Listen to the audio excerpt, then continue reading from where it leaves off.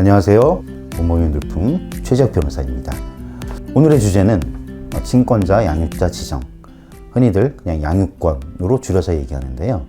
오늘 조금은 통상적이지 않지만 그래도 충분히 고민해 보실 수 있는 주제에 대해서 말씀을 드리고자 합니다.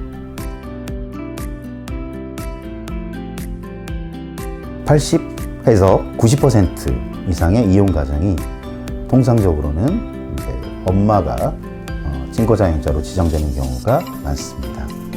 하지만 각자의 사정이 있을 수 있겠죠. 그리고 아빠라고 해서 친권자 양육자 지정이 안 되라는 법 없습니다. 아빠가 더 잘 키울 수 있는 경우도 적지 않기 때문입니다. 다만 아이들이 어릴수록 엄마의 손을 들어주는 경우가 많다는 것은 이미 기존에 회차에서 말씀드린 바 있는데요. 때문에 오늘은 좀 드물지만 아빠가 친권자 양육자로 지정될 경우에 문제점 그리고 고민거리를 한번 나눠보도록 하겠습니다.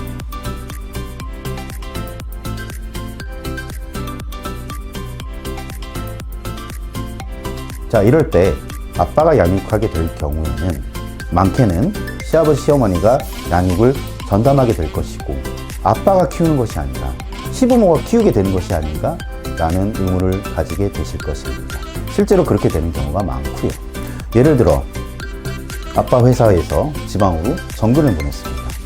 그래서 주중에는 도저히 서울에 올라올 수 없는 경우를 상상해 보도록 할게요. 주말마다 올라와서 아이들과 놀아주거나 외출과 나들이를 해야겠죠.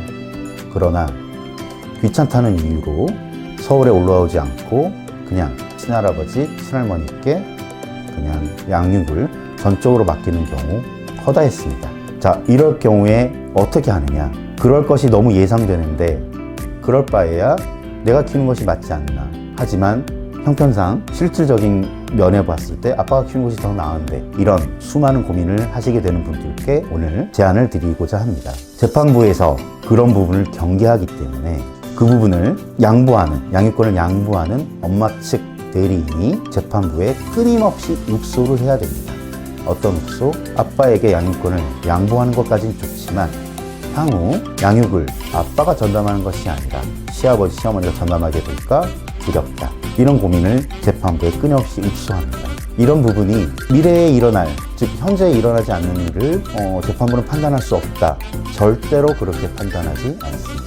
재판부에서는 양육권을 잊지 못해 양보하는 엄마인 그런 의견을 깊이 고려합니다. 그래서 제가 담당했던 사례들 중에 조정이 되었는데요. 조정 조항에 이런 조항이 들어갑니다. 아이들을 시어머니에게 혹은 시아버지에게 전적으로 위탁하지 않고 부친인 아빠가 전적으로 전담한다. 이런 조항들이 들어가는 조정이 수차례 있었습니다.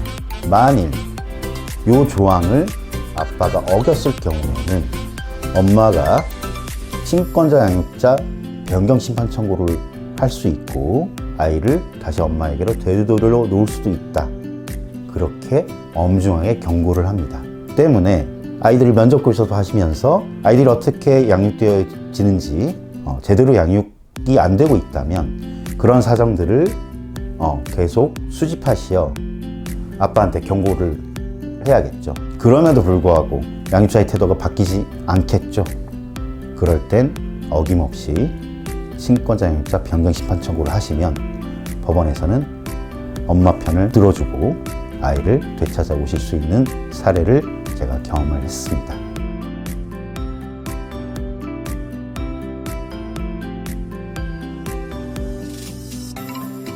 오늘은 좀 드문 사례를 상세히 설명드렸습니다. 궁금한 점 있으시면 댓글로 남겨주시면 또 상세히 상담해 드릴 것이고요. 좋아요, 구독 부탁드립니다. 다음 회차에 또 찾아뵙도록 하겠습니다.